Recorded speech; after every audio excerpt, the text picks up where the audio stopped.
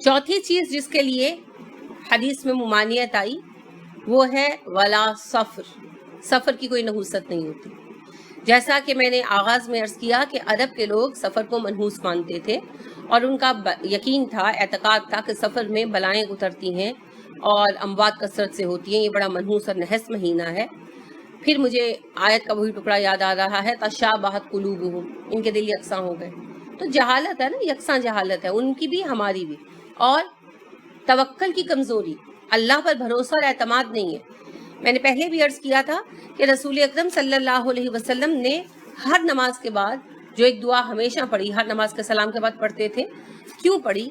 ہمیں سکھانے کے لیے۔ اور اس میں ہمیں بنیادی طور پر کیا سکھایا؟ اللہ پر توکل۔ کیا ہے دعا جو آپ ہر نماز کے بعد پڑھتے تھے، ہر سلام کے بعد؟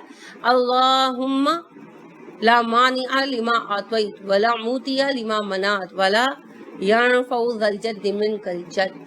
اللہ جی، جسے آپ دے دیں اسے روکنے والا کوئی نہیں، جسے آپ محروم کر دیں اسے عطا کرنے والا کوئی نہیں، آپ کے سامنے کسی کی شان و شوکت کی کوئی حیثیت نہیں ہے۔ یہ ہر نماز کے بعد پڑھنے کا مقصد ہی یہی تھا، توکل کو دوبارہ سے استحکام دینا۔ اور جو اس کے مفہوم کے ساتھ ہر نماز میں پڑھے، نماز کے سلام کے بعد پڑھے، تو سوال نہیں پیدا ہوتا کہ اس کا توکل ہل جائے۔ مگر ہم نہ نماز کا مفہوم سمجھتے ہیں، اور دعائیں ہم سنت تو نہیں پڑھتے، بہت سارے وظیفے پڑھتے ہیں، سنت دعائیں نہیں پڑھتے، اور اگر چند لوگ پڑھتے بھی ہیں تو ان کو مفہوم نہیں پتہ ہوتا، بس ایک وظیفہ سمجھ کے پڑھتے ہیں۔ تو اس وجہ سے پھر وہ پورا مقصد حاصل نہیں ہوتا نا۔ تو اعتقاد کی یہی کمزوری، توکل اللہ کی یہی کمی ہے جو ہمیں اس طرح کے توہمات میں پھنسا دیتی ہے۔ اور مومن کو رسول اکرم صلی اللہ علیہ وسلم مضبوط دیکھتے ہیں اور دکھاتے ہیں، اور کسی بھی طرح اسے کمزور اپنے اعتقاد اور عمل کے لحاظ سے آپ صلی اللہ علیہ وسلم نہیں دیکھنا چاہتے۔ ٹھیک ہے، اب دیکھیے یہ جو حدیث میں نے آپ کے سامنے پیش کی، چھوت کی بیماری کی کوئی حقیقت نہیں، بدشگونی کی کوئی حقیقت نہیں، الو کی نحوست کی کوئی حقیقت نہیں، نہ سفر کی نحوست کی کوئی حقیقت ہے۔ اسے مسند اسحاق نے بیان کیا، حدیث کا نمبر 669 ہے۔ ابن ماجہ نے بیان کیا، حدیث کا نمبر 3539 ہے۔ بخاری نے بیان کیا، حدیث کا نمبر 709 ہے۔ اسی طرح تھوڑی تفصیل کے ساتھ یہ حدیث آتی ہے، عبداللہ بن عمر رضی اللہ عنہ بیان کرتے ہیں کہ آپ صلی اللہ علیہ وسلم نے ارشاد فرمایا کہ کوئی بیماری متعدی نہیں ہوتی، بدشگونی کی کوئی اصل نہیں ہے، الو کی نحوست نہیں ہوتی، نہ سفر ہی کی کوئی نحوست ہوتی ہے۔ تو ایک صاحب اٹھ کھڑے ہوئے، انہوں نے عرض کیا، اللہ کے نبی صلی اللہ علیہ وآلہ وسلم، پھر ایسا کیوں ہوتا ہے کہ صحراؤں میں جب اونٹ چل رہے ہوتے ہیں تو ان کی جلد ہرنوں کی طرح چمک رہی ہوتی ہے، مگر پھر ان میں کوئی ایک خارش زدہ اونٹ آتا ہے اور ساروں کو خارش پڑ جاتی ہے؟ آپ صلی اللہ علیہ وسلم نے فرمایا یہ اللہ کی تقدیر ہے، ورنہ پہلے اونٹ کو کہاں سے خارش پڑی تھی یہ بتاؤ۔ ٹھیک ہے، اسے روایت کیا ابو داؤد نے اور اس کا نمبر 514 ہے۔ ابن ماجہ نے روایت کیا 3540 نمبر ہے۔ بخاری نے بیان کیا 722 نمبر ہے۔ مسلم نے بیان کیا 2220 نمبر۔ آپ صلی اللہ علیہ وسلم نے وضاحت فرما دی کہ یہ اللہ کی تقدیر ہے، لہٰذا وہم کا شکار مت ہو، توہم میں پڑنے کی کوئی ضرورت نہیں ہے، کوئی حاجت نہیں ہے، کیونکہ توہمات سے کیا آتا ہے؟ کمزوری۔ اسی لیے ابن مسعود رضی اللہ عنہ بیان کرتے ہیں، رسول اکرم صلی اللہ علیہ وسلم نے ارشاد فرمایا، الطیرۃ شرک، بدشگونی شرک ہے، بدشگونی شرک ہے، بدشگونی شرک ہے۔ ہاں، ہم میں سے ہر کسی کو کبھی نہ کبھی کوئی وہم ہو ہی جاتا ہے، لیکن اللہ پر توکل کیا جائے تو اللہ اسے دفع کر دیتے ہیں۔ ابو داؤد نے روایت کیا 3910 نمبر ہے۔ ابن ماجہ نے روایت کیا 3538 نمبر ہے۔ مسند احمد کی جلد اول میں آئی یہ حدیث 399 نمبر ہے۔ ابو داؤد نے روایت کیا 512 نمبر ہے۔ آپ صلی اللہ علیہ وسلم کسی بات کو 3 دفعہ تب دہرایا کرتے تھے جب اس پر زور دینا چاہتے تھے، اس کو شدت سے بیان کرنا چاہتے تھے، شدت اظہار کے لیے۔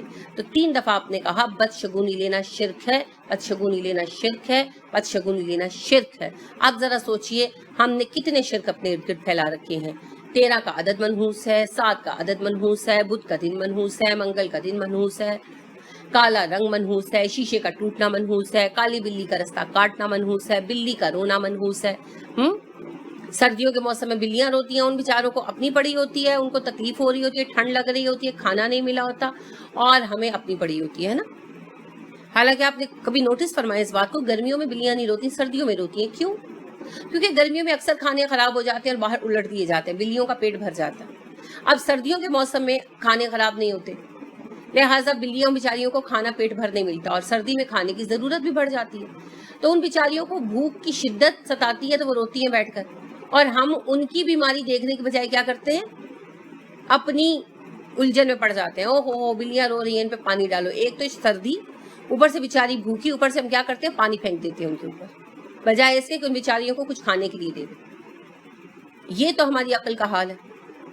مسلمان اور اتنا نادان ہو نہیں سکتا ہے نا، کیونکہ مومن کو تو قرآن علم سکھاتا ہے نا. اب دیکھیے بات یہ ہے، کیا کچھ ہم نے کر رکھا ہے. سونے کا گمنا نحوست ہے، سونے کا ملنا بھی نحوست ہے. چلو فلاں عورت نظر آ گئی تو نحوست ہے، فلاں مرد نظر آ گیا تو نحوست ہے. عجیب عجیب توہم ہم نے بنا رکھے ہیں. یہ سب شرک ہیں، یہ سب شرک ہیں. میں نہیں کہہ رہی، یہ حدیث مبارک آپ نے بھی سنی ہے. بدشگونی شرک ہے، بدشگونی شرک ہے، بدشگونی شرک ہے. الطیرۃ شرک، 3 دفعہ فرمایا آپ نے. اور جب دل میں خیال آ جائے تو کیا کہا آپ صلی اللہ علیہ وسلم نے، وہم ہو جاتا ہے ہمیں، لیکن اللہ پر توکل کیا جائے تو وہم دور ہو جاتا ہے. دعا بھی سکھائی آپ نے، آگے چل کر عرض کروں گی، لیکن بنیادی چیز ہے کہ اللہ پر توکل رکھیں، کچھ نہیں ہوگا. اب یہ کالی بلی کے حوالے سے تو ہم نے بڑے قصے بنا رکھے نا، لیکن رسول اکرم صلی اللہ علیہ وسلم نے شگون اور بدشگونی کی وجہ سے کام چھوڑ کر واپس آ جانے کو سخت بڑا گناہ قرار دیا. عبداللہ بن عمر رضی اللہ عنہ کہتے ہیں رسول اکرم صلی اللہ علیہ وسلم نے ارشاد فرمایا، جسے بدشگونی نے کسی کام سے واپس کر دیا تو اس نے شرک کیا. ٹھیک ہے، اس نے شرک کیا. مسند احمد کی حدیث ہے، جلد 2 میں ہے، صفحہ نمبر 220 پر. امام البانی نے اسے حدیث صحیحہ میں شامل کیا اور اس کا نمبر 1065 ہے. تو یہ جو ہے نا، کالی بلی نظر آ جائے تو واپس آ جاؤ، پھر تھوڑی دیر بچ جاؤ، شیشہ ٹوٹ جائے تو واپس آ جاؤ، کوئی پیچھے سے آواز دے لے تو واپس آ جاؤ. انا للہ و انا الیہ راجعون. اللہ پر اعتماد کریں، ایسا سہارا ہے جو ٹوٹنے والا نہیں ہے. آپ صلی اللہ علیہ وآلہ وسلم بالکل بھی ایسی چیزوں کو پسند نہیں فرماتے تھے، الاؤ نہیں کرتے تھے. لہٰذا آپ صلی اللہ علیہ وسلم نے کہا، قرض بیان کرتی ہیں، آپ صلی اللہ علیہ وسلم نے کہا، پرندوں کو ان کے گھونسلوں ہی میں رہنے دو، فال لینے کے لیے مت توڑایا کرو. مستد اسحاق کی حدیث ہے، 674 نمبر ہے. عمران بن حسین بیان کرتے ہیں رسول اکرم صلی اللہ علیہ وسلم نے فرمایا، جس نے بدشگونی لی یا جس کے لیے بدشگونی لی گئی، جس نے کہانت کی یا جس کے لیے کہانت کی گئی. اور مجھے یاد پڑتا ہے کہ آپ نے یہ بھی فرمایا، جس نے جادو کیا یا جس کے لیے جادو کیا گیا، تو ایسے تمام لوگ ہم سے متعلق نہیں ہیں، لیسا منا، ہم سے نہیں ہیں. طبرانی نے اسے مجمل کبیر میں بیان کیا، جلد 18 صفحہ نمبر 162. امام البانی نے اسے احادیث صحیحہ میں شامل کیا، 5435 نمبر ہے. جس نے بدشگونی لی، کیسے؟ فال کے ذریعے. کالی بلی رستہ کاٹ گئی، واپس آ جاؤ. دائیں چلا گیا پرندہ تو نحس ہے، اور بائیں چلا گیا تو سعاد ہے. جس نے کی اور جس کے لیے کی گئی، فَلَيْسَ مِنَّا، ہم میں سے نہیں ہے، امت مسلمہ میں سے نہیں ہے. اور کیا سننا چاہتے ہیں آپ، اور کیا سن کر چھوڑیں گے آپ یہ سب کچھ؟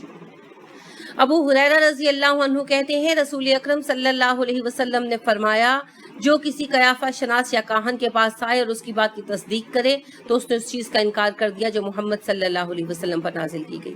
مسند اسحاق کی حدیث ہے، نمبر 672 ہے. صحیح جامع صغیر میں آئی، 3955 نمبر ہے. البانی نے بیان کیا، 3955 نمبر ہے. ابو داؤد نے بیان کیا، 507 نمبر ہے. کس لیے جاتے ہیں ان لوگوں کے پاس؟ مستقبل کا حال جاننے کے لیے نا، کہ ہم یہ کام کریں نہ کریں، صحیح ہے غلط ہے. اب تو ٹی ویوں پر فون کر کر کے پوچھتے ہیں، جی ہم یہ کام کریں یا نہ کریں، یہاں رشتہ کریں یا نہ کریں. اللہ پر توکل کریں، دعائے استخارہ پڑھیں اہم کاموں کے لیے اور اپنے کام کریں. کوئی آپ کو نہیں بتا سکتا، جس سے بھی آپ پوچھیں گے وہ کسی نہ کسی طرح فال نکالے گا نا. جیسے ایک فیشن قرآن سے فال نکالنے کا ہے، رسول اکرم صلی اللہ علیہ وسلم نے قرآن سے فال نکالنے کا کوئی طریقہ نہیں بتایا. فال نکالنا، بدشگونی لینا اٹ سیلف گناہ ہے، اور قرآن سے نکالنا گناہ در گناہ ہے. کہ قرآن کو کھیل بنا لینا، دین میں نئی چیز پیدا کرنا، ایک تو ویسے ہی حرام ہے، اور پھر اس کی اسلامی شکل بنانا، انا للہ و انا الیہ راجعون، یہ ایسی ہے جیسے اسلامی موسیقی بنا لینا. ایک چیز حرام ہے بھائی، وہ حرام ہے. آپ صلی اللہ علیہ وسلم جس فعل کو شرک کہہ رہے ہیں، یہاں بیٹھ کر وہ مولانا اور حضرت صاحب موجود ہیں جو اسی فعل کو قرآن سے کرنے کا طریقہ بتا رہے ہیں. انا للہ و انا الیہ راجعون. خود بدلتے نہیں، قرآن کو بدل دیتے. تو یہ کام نہیں چلے گا، اس طرح نہیں کام چلے گا. فال کسی بھی طرح لینا حرام ہے. قرآن سے فال کا کوئی تصور اسلام میں موجود نہیں. نہ یہ شاعریوں کی کتابوں سے، حافظ کے دیوان سے اور فلاں چیزوں سے فال لینا ہے. کسی چیز سے، مثنوی وغیرہ سے کسی سے فال نہیں لی جائے گی. فال جس طرح بھی لی گئی اور اس سے نحس اور ساد ہونے کا جو ہے وہ نکالا گیا نتیجہ، وہ شرک ہے، جیسا کہ رسول اکرم صلی اللہ علیہ وسلم نے فرما دیا الطیارۃ شرک. آپ نے وضاحت سے مطلق حکم دیا ہے کہ فال لینا، شگون لینا، بدشگونی لینا شرک ہے. یہ نہیں کہا کہ اس طرح لینا شرک ہے اور اس طرح لینا جائز ہے. لہٰذا اللہ کے بندو، یہ سب کچھ ترک کر دیجیے. اس کی کوئی ضرورت نہیں ہے، کوئی حاجت نہیں ہے. اللہ پر توکل رکھیں، اللہ بہتریاں پیش کرے گا انشاءاللہ.